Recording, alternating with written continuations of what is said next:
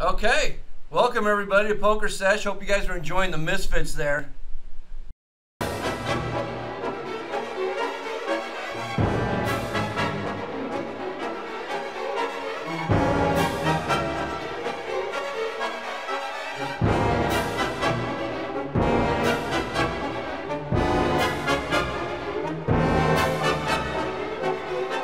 We got another caller for you here.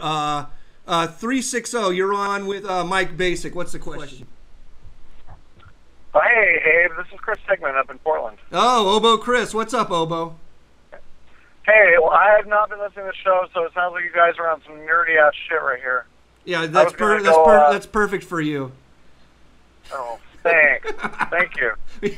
A guy whose nickname is Oboe Chris calls in to tell us that we're fucking nerds. That's just fucking sweet. Okay, come on, Oboe boy, tell us what's the question. Okay, so this kind of relates to the last live of the bike where you and Nicole commentated on. Okay. But we had our kind of twice weekly mixed Omaha game Sunday before last, and there's a guy that comes occasionally and he blasts off. He was straddling for 100, buying in for 500, and just getting it in every time he could, shooting out bullet after bullet after bullet. Right. And only runs it once, and blah blah blah. And I was talking to a so-called pro later, and he was like, "Man, this sucks, and they shouldn't be allowed to do all that," and blah blah blah. He was complaining. Right. And so then I watch your. All he wants to do is gamble. It takes away his edge, basically, he's saying, because his edge is post-flop and playing poker, etc. Right. And then I watched the big game, with Harry and the straddling to 75 in the small blind, and you were saying how great the game was. Yeah. Is there a difference in opinion among pros about if those kind of games are good games or not good games, or is it pretty much understood by everybody that knows what they're talking about that those are the absolute best games? Mike, I don't know your opinion on this. You play over at the Hustler, and the Hustler doesn't allow any of this gambling. I mean, I know the Hustler is the most anti-gambling establishment in all of Los Angeles. And the reason why the Hustler doesn't allow any of this is because they understand that it just crushes their regs. It destroys, like, the recreational players. They get destroyed if they're allowed to just straddle for what they want, gamble as much as they want, sit in an uncapped game, and basically lose their mind, lose the kids' college fund, lose everything. So the Hustler Casino has made a concerted effort to keep the games basically as small as possible. Now, that said, Mr. Basich, you did play in much bigger games in Agua Caliente where they did allow a lot of shenanigans. So you understand about games with a lot of shenanigans. What's your opinion on allowing basically unlimited shenanigans in the game? Yeah, well, Agua was pretty strict too. I'd say the home games I played in always have unlimited shenanigans. With that said, absolutely, those games are good. With that said, the caveat to it is that they're high variance. So someone straddling to a lot of money pre-flop is actually giving up a huge edge. With that said, it's plus EV to get it in with let's say the top 20. Any hand that's ahead of if someone's willing to get all in pre-flop blind, and you think you can get the pot heads up, any hand that's ahead of random is a plus EV play. With that said, it's going to be a lot higher variance than your more passive poker games that you might be more accustomed to. Right. And here's what I have to say to you, Sigman. This is a home game. This is a private game that you're playing in. And if you start telling these whales what they can and can't do, they might stop showing up. And there's nothing worse than having them show up. So tell that nitty-ass pro to shut the fuck up, get in there and gamble a little. If he's over his roll, he can sell a piece or swap. If he had to, as long as he makes it clear to the rest of the table that he's swapping.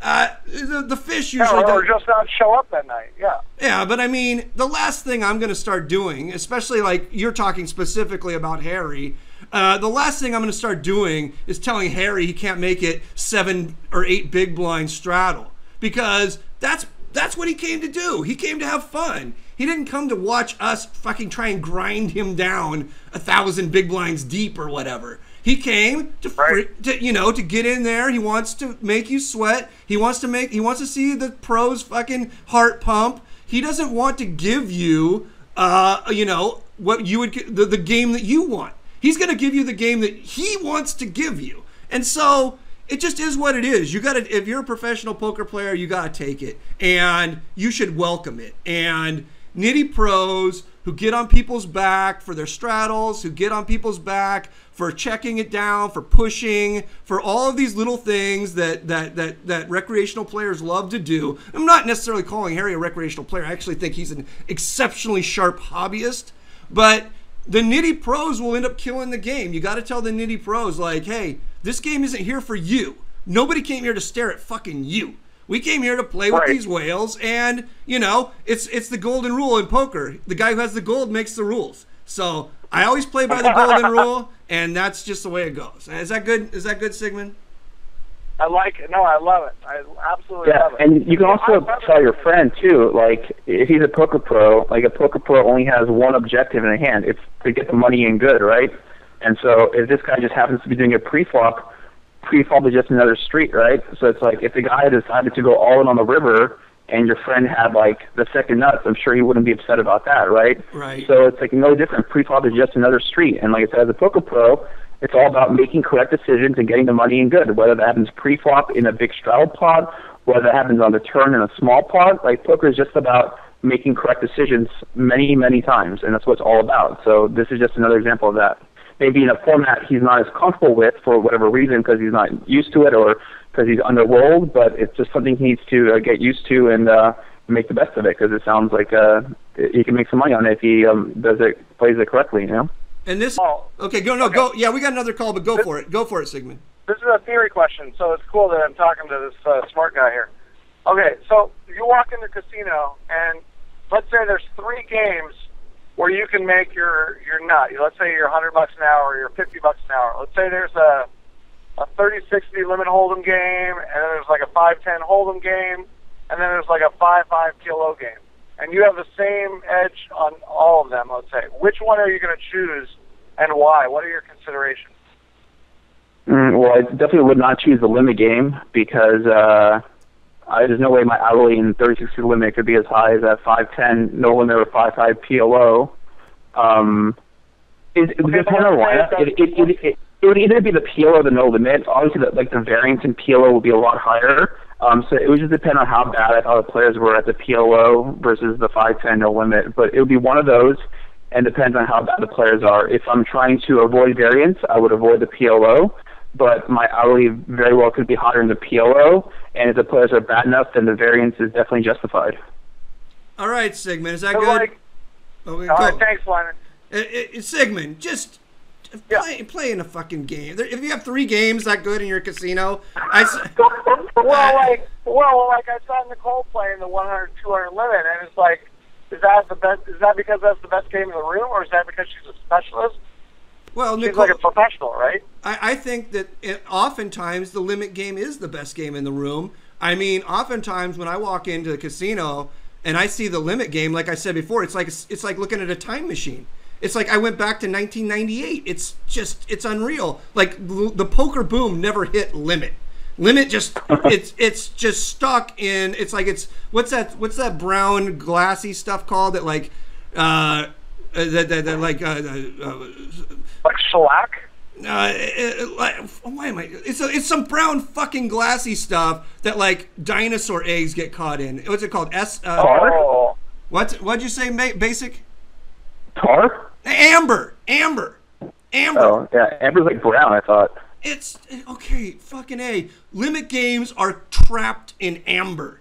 It's like if you could take the DNA of a limit game and grow it in a petri dish, you'd grow a fucking dinosaur. That's how they play. They play the same way as they basically did back when I played limit, up to like the 30-60 level, 40-80 level a lot of times. Once you get to the 100-200 level, you're going to get some really top players who understand about 3-betting, ISOing, cleaning up the lots and lots of like down in the weeds limit poker stuff. But basically up to the 30-60 level, limit poker it's an absolute time machine. If you want to know what it was like to hang out with me and Sklansky back at the Bicycle Casino in 1998, just go play limit poker. You might see us. Who knows? All right. Thanks, Lyman. You're great. Thanks, Sigman. You're the best.